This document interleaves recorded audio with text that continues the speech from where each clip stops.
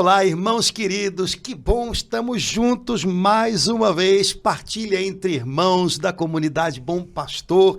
Bem-vindo aqui à nossa mesa, senta aí com a gente, para a gente conversar um pouquinho. Tudo bem, Laura Beatriz, minha irmã? Tudo bem, Padre Antônio, nessa segunda semana da quaresma, espero bem vivida. Isso, uma quaresma aqui acontecendo dentro da gente, né? Vivendo a quaresma é a nossa proposta desses nossos encontros, né? Verdade. Já desde a quarta-feira de cinzas, e viver uma quaresma que de verdade ajude a gente a ter um tempo novo com Deus, deixar que Ele faça um grande trabalho de descobertas no nosso coração. O Espírito Santo é craque em nos ajudar a descobrir aqui dentro o que há de bom, o que há de não tão bom, que precisa ser mudado, né?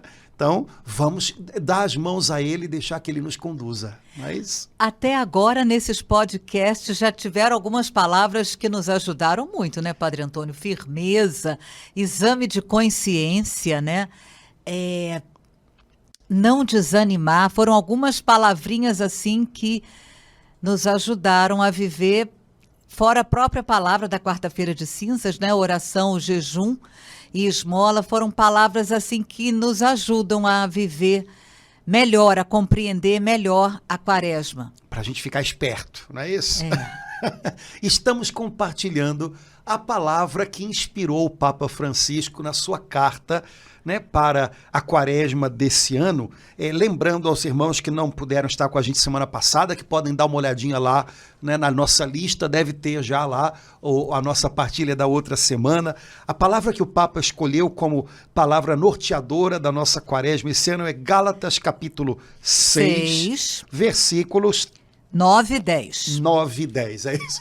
Eu já não enxergo mais nada, então eu estou aqui precisando de uma Bíblia daquela com letra grande. A minha mas eu hoje não trouxe. Então vamos lá.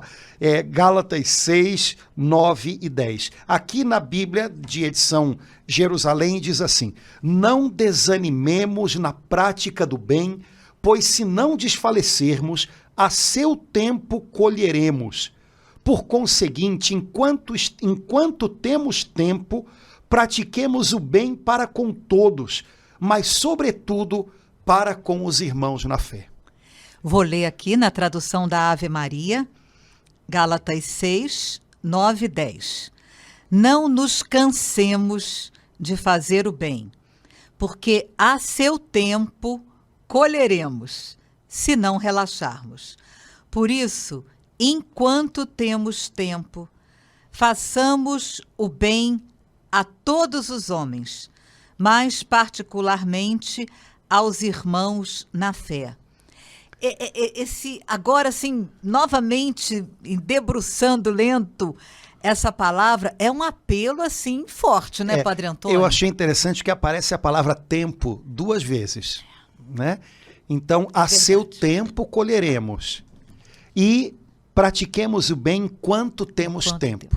É interessante porque parece que a gente inverte um pouquinho as coisas aqui. Ele diz para a gente não desfalecer, porque a seu tempo colheremos os frutos do bem que realizamos. E ele diz, enquanto temos tempo, que é o agora, façamos o bem. É engraçado porque a tendência humana da gente é fazer o contrário. É imaginar que o bem que a gente pode fazer pode ficar para depois, né? Por que eu vou fazer hoje que pode ficar para amanhã? Não é assim que a gente pensa? E, por outro lado, a gente não quer esperar que os frutos amadureçam. A gente quer fazer as coisas e logo colher os frutos, coisa que não acontece, né? Nenhum fruto é colhido no mesmo dia em que a semente é plantada. É engraçado porque parece que a gente anda desincronizado do tempo de Deus. A gente tem que acertar esses ponteiros, rapaz. Senão não vai, né? Se a gente não acerta o relógio da gente com o de Deus, se a gente não vive na perspectiva de Deus, que no fundo é a perspectiva da eternidade, a gente vai lidar mal com o nosso tempo. A gente não vai saber esperar que os frutos amadureçam, e me parece que o nome disso é ansiedade, né? É querer fazer as coisas. É engraçado, né? Porque Paulo usa uma metáfora aqui que é colher. Então, a gente não pode fazer um fruto, a gente não pode aprontar. Ninguém talha rapidinho uma maçã, a não ser uma maçã de cera, que não dá para comer, né? A maçã, o fruto, ele tem que amadurecer no tempo dele. Então, Paulo, de alguma maneira, está dizendo, olha, cuidado com a ansiedade que não deixa o fruto amadurecer. Cuidado com a ansiedade que, inclusive, causa desânimo, porque a gente tem a impressão de que não valeu a pena. Tá vendo? Nada mudou. Porque ainda não deu tempo, o tempo de poder frutificar. Exato. E aí colher. Exato. E, por outro lado, como a gente desperdiça o tempo que a gente tem de fazer o bem, que é sempre o tempo presente, hoje. Né? O tempo de fazer o bem é sempre o tempo presente. O tempo do trabalho de Deus é sempre o tempo presente. E, por outro lado, é preciso, então, aproveitando o tempo presente, superar a ansiedade, crendo que os frutos vão ser colhidos a seu tempo. E mais ainda, o Papa Francisco, uma vez, eu lembro que quando há pouco tempo ele tinha sido eleito, ele escreveu uma mensagem para o dia de oração pela unidade dos cristãos, para aquela semana de oração pela unidade dos cristãos, que no hemisfério norte acontece em janeiro, né? Antes da festa da conversão de São Paulo. E eu não lembro qual foi o texto bíblico que ele usou, mas ele colocou uma pergunta que é engraçado, porque é a pergunta do ansioso, né? Ele colocou assim, mais ou menos, algumas pessoas vendo esse momento de oração pela unidade que nós estamos vivendo, alguma pessoa talvez vendo o abraço entre o Papa e os líderes de outras igrejas, talvez pergunte, onde isso tudo vai dar? E é a pergunta do ansioso, né? E aí, tá pronto? E aí, já chegamos? E aí, o que deu? O que adiantou? Né? E o Papa dizia assim, não só o onde isso vai dar é bonito de se contemplar e nós vamos contemplá-lo um dia, mas o caminho que se faz até chegar lá também é bonito. E há pessoas que querem tanto a coisa pronta que não percebem o caminho e a beleza do caminho até se chegar a um ponto que a gente possa dizer, pronto, chegamos. A gente pode viver isso no dia a dia. Há pessoas que, por exemplo, em casa, não se cansam de fazer o bem. Então elas amam a família delas e elas lutam pela família delas, às vezes até lutam com a família delas, mas enfim, lutam pela família delas e aí falam uma palavra boa aqui, tentam ajudar o outro ali, tentam estender a mão e dão perdão, mas o problema é que às vezes a gente é ansioso por aquele momento em que tudo vai estar do jeitinho que a gente queria e a gente não percebe que antes de chegar lá, no caminho, um monte de pequenas coisas bonitas estão acontecendo. A gente deixa de curtir isso. E me parece que é importante a gente saber curtir o tempo da espera. Curtir o caminho que está sendo feito até a hora da colheita. Curtir o amadurecimento daquilo que foi semeado. Quando a gente é criança, acho que todo mundo passou por isso. A tia sempre manda fazer aquele experimento, como é que é? Pega um algodão, coloca no lugar molhadinho, bota um grãozinho de feijão ali, porque a promessa vai nascer um pé de feijão.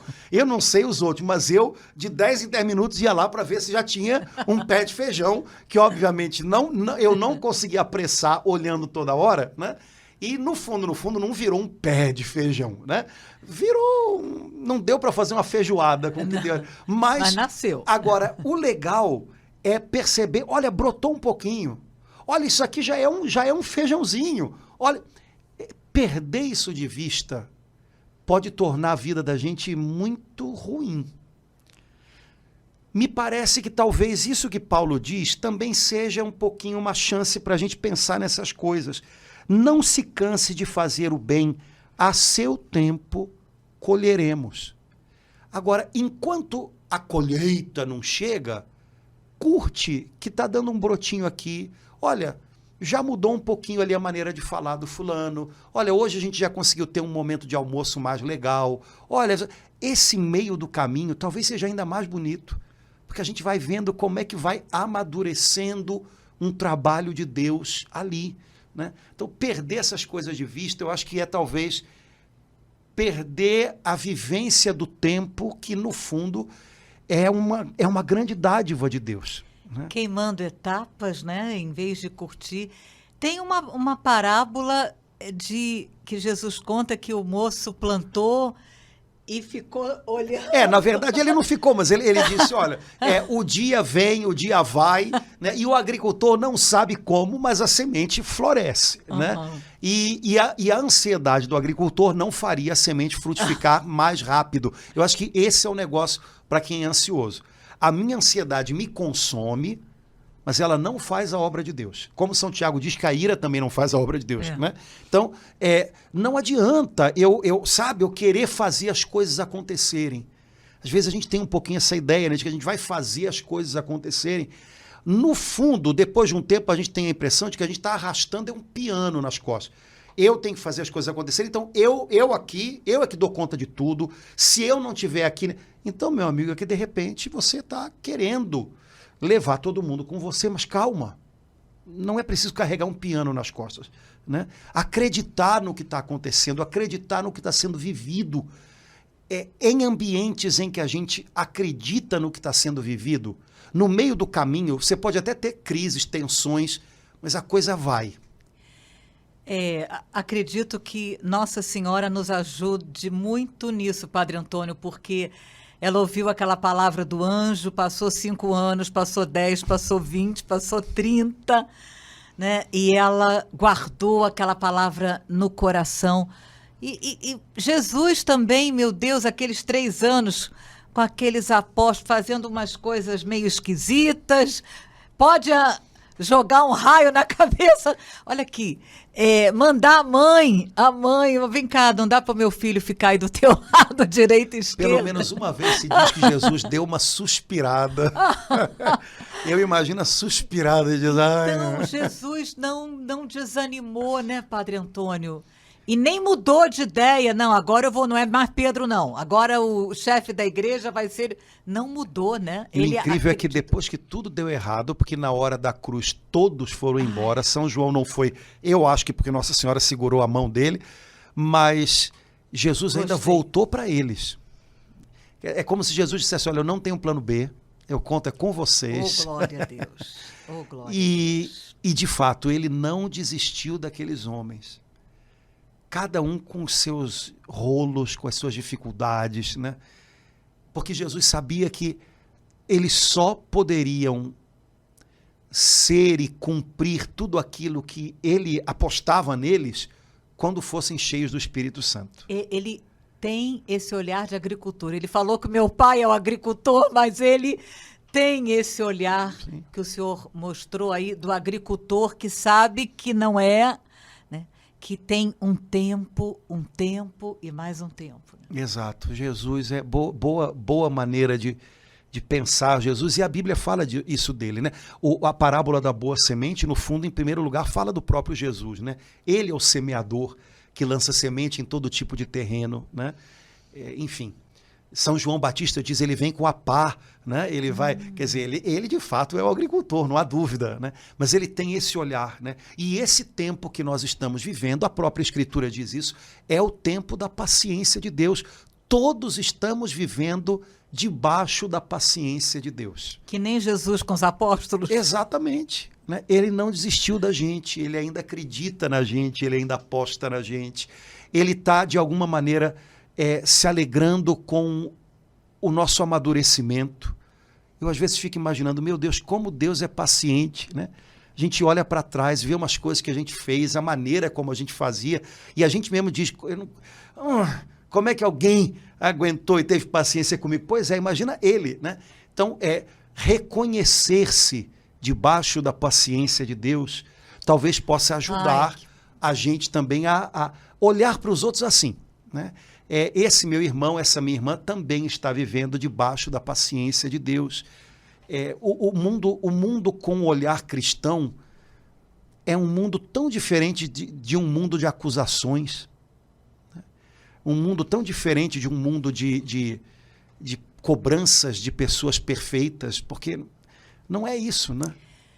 Padre Antônio, foi tão bom isso, olha, porque eu pude assim contemplar que assim como Jesus, olha que ousadia, não desanimou vendo Pedro fazer tudo aquilo, ele não desanima de mim, não desanima de ninguém, né? Porque ele crê nesse momento que vem depois, ele crê no amor dele, ele crê na obra que o Espírito Santo está fazendo em nós, a cada dia, embora algumas vezes a gente não perceba, né? Sim, eu achei muito legal, duas vezes aparece a palavra tempo. É mesmo, Padre Antônio.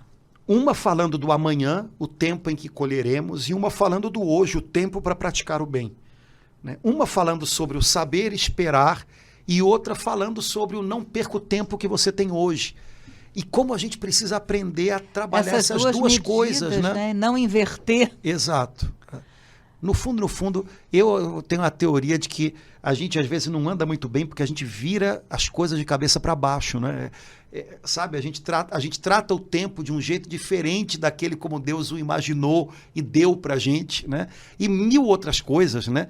Então me parece que é uma boa lição de Paulo, entre outras, né? A gente falou do desânimo, a gente falou do não se cansar de fazer o bem, porque quando eu me canso de fazer o bem, necessariamente não quer dizer que eu vá fazer o mal, mas quer dizer que eu vou me tornar indiferente, quer dizer, eu não vou fazer mais nada, eu vou deixar para lá, né? E essa omissão, né, que foi um pouquinho que a gente conversou, né, do que você colocou também na semana passada, essa omissão, esse deixar de fazer o bem que pode ser feito, é algo que, nossa mãe, de algum modo vai ser cobrado de nós, né?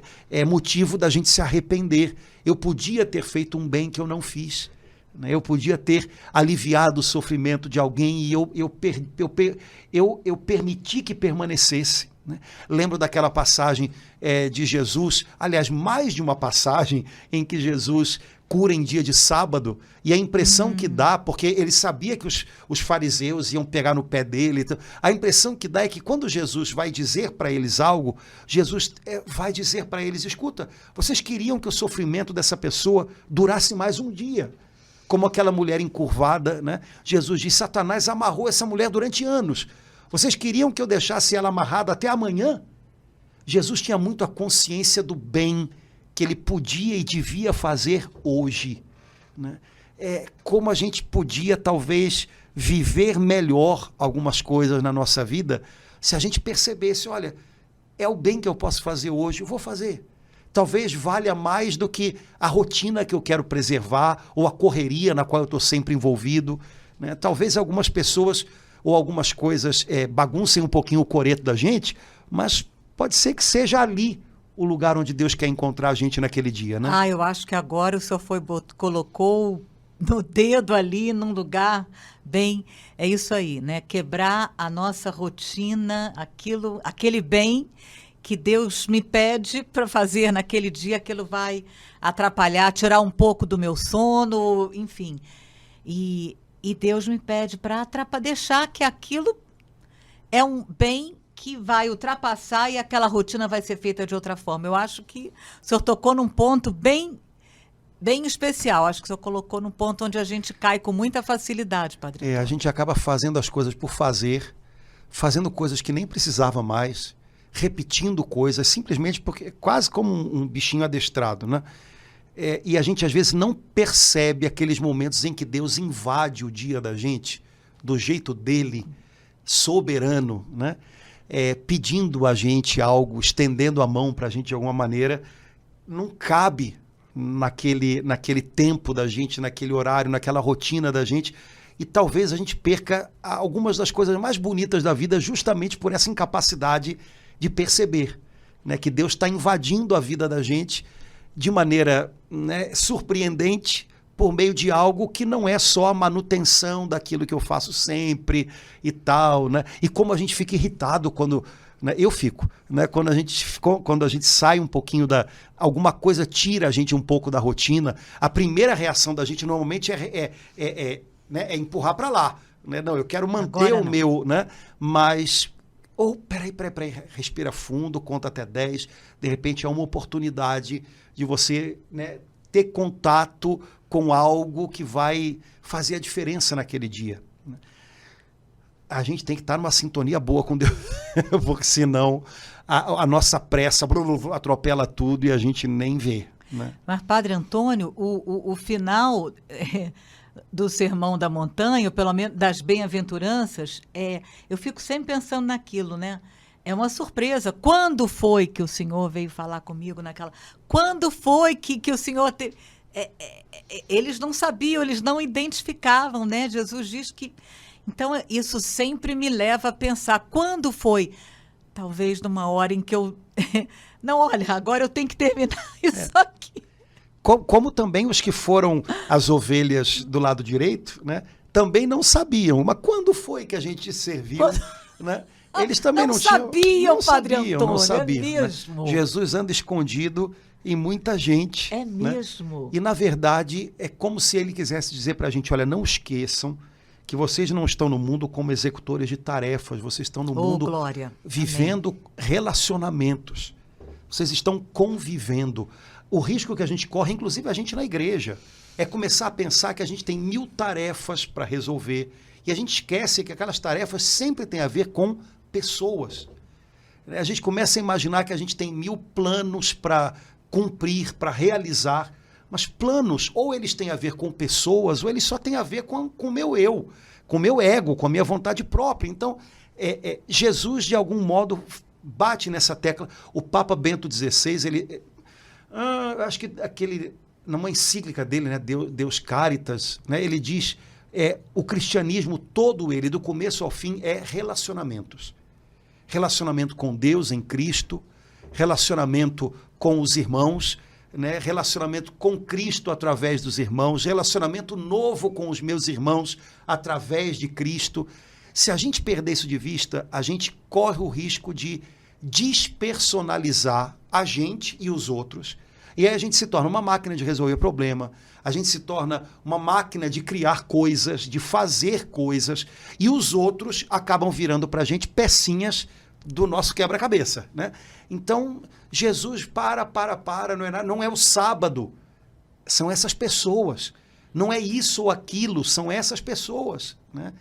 Então, seguir Jesus, de alguma maneira tem que rearrumar a maneira, o modo da gente lidar com a vida, né? Jesus muda a maneira da gente lidar com a vida, ele não traz só penduricalhos para a nossa vida. A minha vida é essa e Jesus me pendura umas coisinhas aqui, não. Ele muda a maneira da gente olhar a vida. Até no sábado, como essa passagem.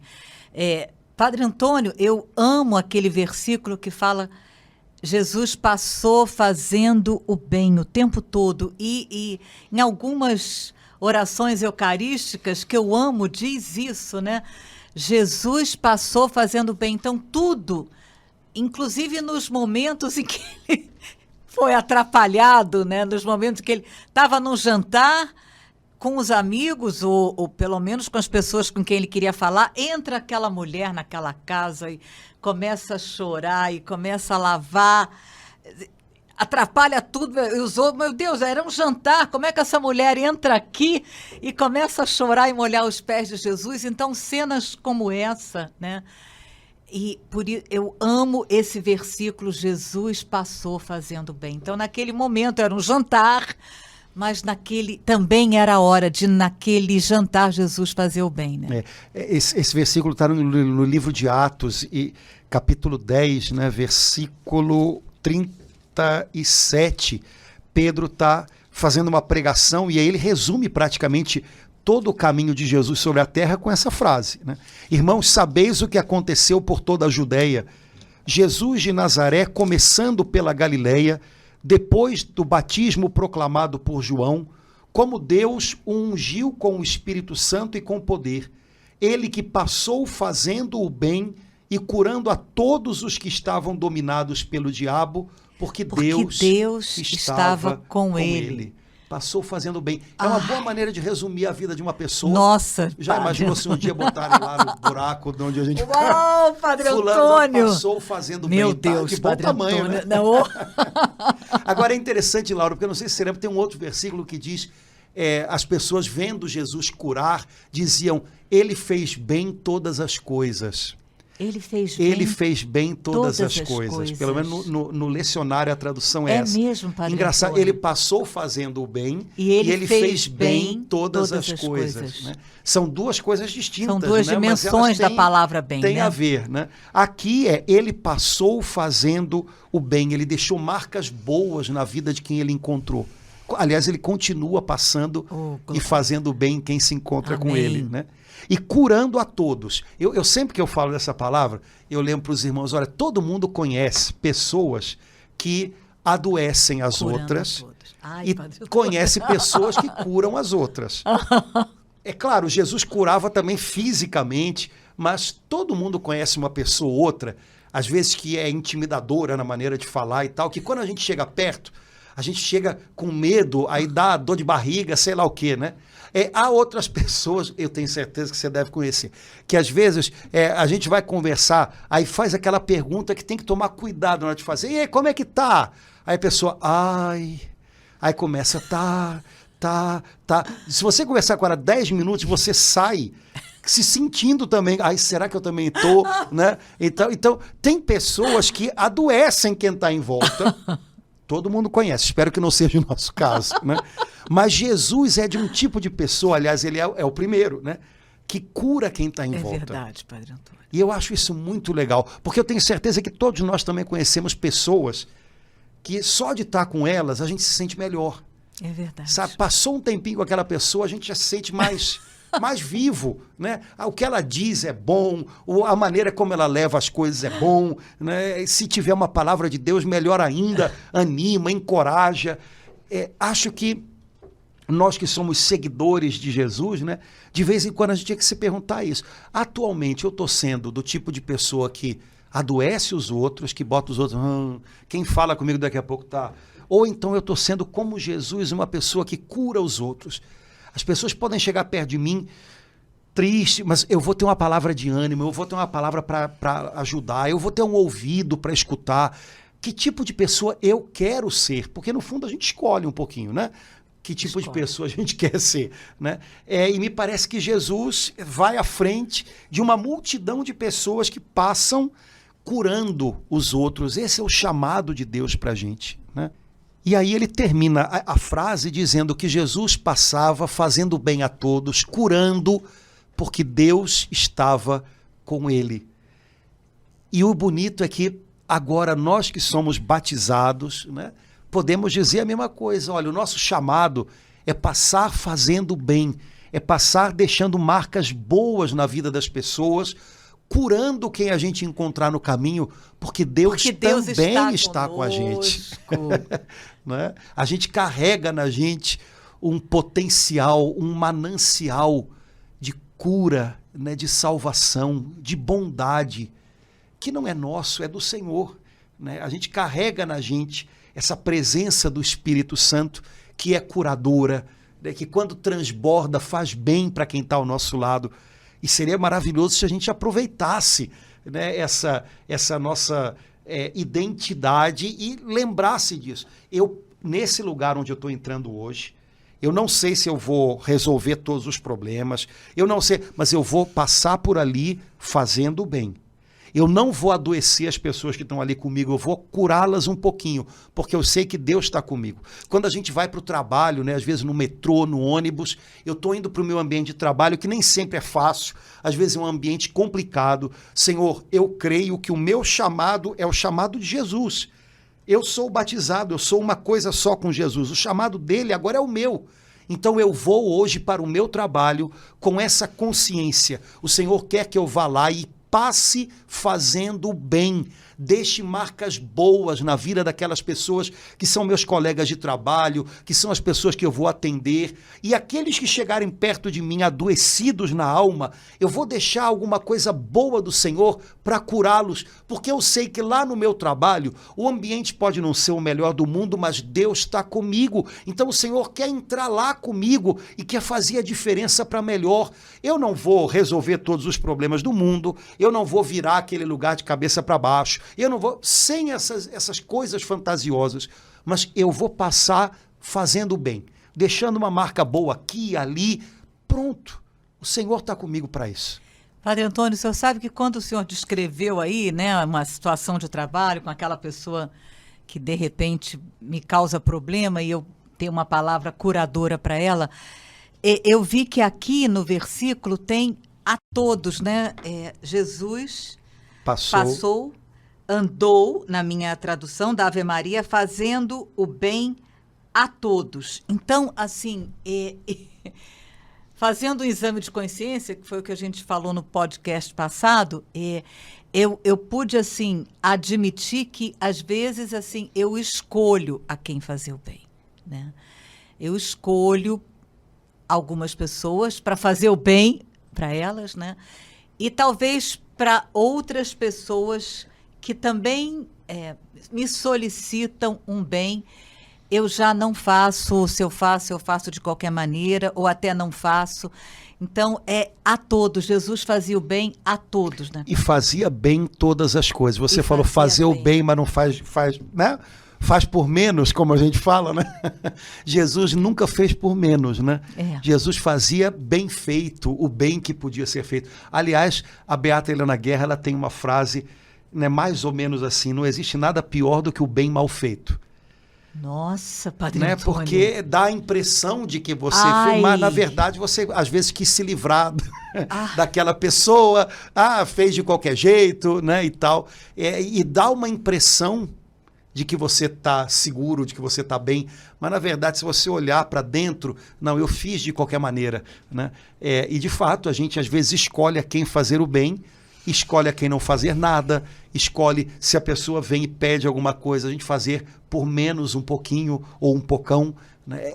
Laura, ver essas coisas é ótimo, porque só de ver, ninguém precisa dizer mais nada. Você tá, não, a gente já entende, entendi o recado, porque a Bíblia está me dizendo que o modo de proceder de Jesus não era esse. Então, o meu modo de proceder deve ser semelhante ao dele. Nós somos cristãos por isso. Jesus é a nossa inspiração em tudo. Então, a minha inspiração de vida não é as pessoas dizerem, mas também não é bem assim. Mas não. Jesus é a minha inspiração. Então, Jesus fez bem todas as coisas e fez bem a todos. Né? Então, esse é o meu ideal, essa é a minha inspiração, é para esse lugar que eu devo olhar quando eu tento fazer algo. É claro que eu posso melhorar, é claro que eu vou perceber muitas vezes a minha incoerência, mas ok, percebendo isso, se o meu modelo, se a minha inspiração é ele, eu volto os olhos para ele e tento de novo, e tento de novo, e tento de novo. O negócio é não tirar os olhos dele. Né? O Beato Carlo Acutis, eu acho que uma frase que ele escreveu, ele disse isso, né? Tristeza é o nosso olhar para nós mesmos. Alegria é o nosso olhar em Jesus. Né? Quando a gente tira os olhos de Jesus e olha para a gente, eu fiz, eu não... Pronto, acabou. Né? Quando a gente volta a olhar para ele, eu não fiz, mas a minha inspiração é ele, eu vou tentar mais uma vez. O Senhor está comigo, o Espírito Santo está comigo, ele vai me ajudar, ele não desiste de mim. Pronto. O coração se anima de novo, né? sem abatimento. Né? E que bom que a gente pode fazer isso ao longo de todo o dia, né? Cada momento. Não, mas de um dia, né? Cada dia, porque a cada dia a gente tirou olhar. Opa, Senhor, olhei para lá, não foi legal o que eu olhei, tá? Eu quero olhar para o Senhor de novo, quero olhar para a sua face santa e sagrada. Como é bom a gente poder retomar a cada instante no período de um dia, né? De um hoje, né, Padre Antônio? Lembrando disso, né? E talvez seja uma coisa que nós cristãos tenhamos que dar o braço a torcer, de que a gente não está indo muito bem nisso, né? Jesus não é uma figura distante. Para um cristão, Jesus é a inspiração da vida. Amém. Senão, eu sou só um admirador de Jesus. Uau, que cara, que incrível. Não, Jesus não quer admiradores nesse sentido. Jesus quer seguidores, Jesus quer imitadores. Né? Não por acaso o segundo livro mais lido de toda a cristandade depois da Bíblia é Imitação de Cristo. Jesus quer pessoas que expressem aqui na Terra o jeito dele. Né? Senão, outra coisa é um fã-clube de Jesus, não a igreja de Jesus. Né? E infelizmente a gente vive num tempo de tantos influenciadores, pode ser que a gente se deixe influenciar demais por 1 milhão de outras coisas e não perceba que a influência mais benéfica e mais decisiva da nossa vida de cristãos deve ser sempre Jesus. Jesus deve ser o meu maior influenciador. Quando eu tenho decisões a tomar, quando eu tenho um caminho a seguir, quando eu tenho alguma coisa a escolher, peraí, qual é a influência de Jesus nesse momento, na minha escolha, na minha decisão? O que ele diz, se eu faço algo, é porque tem a ver com ele, é porque não tem a ver com ele, trazer Jesus para esse lugar que não é o lugar de onde um admirador enxerga o seu ídolo, mas é o lugar de onde o seguidor enxerga o seu Senhor e o seu Mestre, seguindo os passos, colocando os pés nas pegadas dele. Isso é fundamental, porque senão a gente entende Jesus de um jeitinho que eu acho que não é bem o que ele tinha imaginado, não. Enquanto o senhor falava, eu lembrei daquela palavra, me ajuda, Padre Antônio, o Senhor preparou de antemão as boas obras que determinou para que nós as praticássemos. Quer dizer, ele tem boas obras que a cada dia tem o bem, ele preparou, que eu não sei, boas obras para que eu faça. Se eu não tiver assim, nessa comunhão, eu vou deixar de fazer aquele bem. Ai, Padre Antônio. E vou querer ficar fazendo 1 milhão de outras coisas que às vezes não tem nada a ver. Esse é que é o problema da gente, né? Às vezes a gente deixa de fazer o simples bem que o Senhor pede da gente naquele dia e fica com a cabeça a mil, tentando imaginar 1 milhão de coisas legais ou boas para fazer. Quando, na verdade, o segredo é descobrir o que ele pede de mim hoje. É a pergunta do servo, né? É engraçado, algumas semanas atrás a gente teve o retiro do clero, né? Que foi online, né? Mas o pregador, num determinado momento lá de início da pregação, ele foi fazer a oração inicial, né? E ele falou de um jeito bonito, né? O Senhor Jesus, o nosso Senhor Jesus. Quando ele falou aquela palavra Senhor, ele falou de uma maneira tão bacana que me bateu lá dentro. Eu falei, cara, dizer que ele é o meu Senhor significa que ele é o meu dono. Significa que eu tenho que estar atento ao que ele quer de mim. Ele é o meu Senhor. Então, quem tem direito sobre mim é ele. Quem diz o que é e não é ele. E isso é muito grande. E nós nos acostumamos a chamar Jesus de Senhor, mas esquecemos um pouquinho, né, do quanto isso é. Então, hoje, Senhor, o que o Senhor quer de mim? Qual é a boa obra que o Senhor espera de mim hoje? Eu não quero fazer 10 milhões de outras e não fazer só aquela que o Senhor pede de mim hoje. E às vezes hoje ele diria, olha, hoje eu gostaria que você não descurasse da sua vida de oração. Hoje eu gostaria que você desse uma ligadinha para aquela pessoa de quem você está lembrando essa semana. Você dá uma ligada, vê como é que ela está. Hoje eu gostaria que você acabasse com aquele mal-estar, com aquele seu colega de trabalho. Vai lá, pergunta se ele está precisando de uma ajuda. E às vezes o Senhor só quer aquilo. E a gente acha que ele quer que a gente faça a terra girar em outra direção, entendeu? Padre Antônio, recentemente, ao fazer a pergunta, né, eu pude ouvir no coração, olha, mesmo tarde, eu sei que você está cansada, lava aquela louça que está lá na cozinha. E eu lavei, numa alegria, Padre Antônio. Porque ainda tem isso, né? Quando a gente entende que a gente está fazendo algo que é um sim para Deus, aquilo dá para a gente um ânimo, um fôlego.